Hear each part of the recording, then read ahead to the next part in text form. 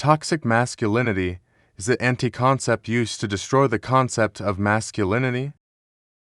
I recently made a video presenting the basics of concept formation and epistemology according to Ayn Rand. If you haven't watched that video or read Introduction to Objectivist Epistemology, then it's unlikely that you will understand what I'm saying in this video, and so for your benefit, I recommend checking out that other video first. The background of this video is just flavor text. I won't be recapitulating the contents of my previous video here. There is nothing essentially masculine about toxic behavior, and there is nothing essentially toxic about masculine behavior. These are two separate concepts that belong apart from each other. If concepts are a mental integration of two or more units which have a conceptual common denominator, and anti-concepts are concept-like entities that package together unlike features in order to destroy a valid concept, then toxic masculinity is an anti-concept. Toxic masculinity obliterates the concept of masculinity in the minds of those who accept it by associating men who are violent and domineering, sexist or otherwise, unpleasant with men who are independent, self-sustaining, and productive. Toxic masculinity is used as a strategy to produce guilt by association and is often used as an argument from intimidation. It is impossible to find a good definition of toxic masculinity. No definition that I found has a genus and differentia which is essential to a good definition.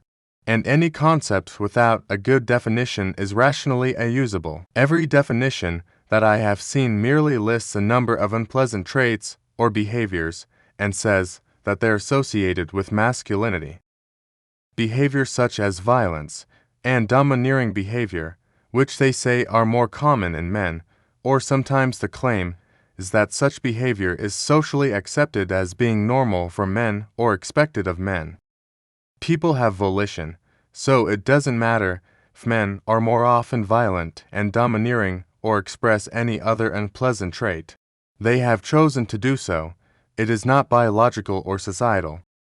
And women are capable of violence and domineering behavior too, so there is nothing essentially masculine about those behaviors. We gain nothing by calling those behaviors toxically masculine as opposed to just toxic. Now, at this point, some of you in the audience will say, is he really defending toxic masculinity right now?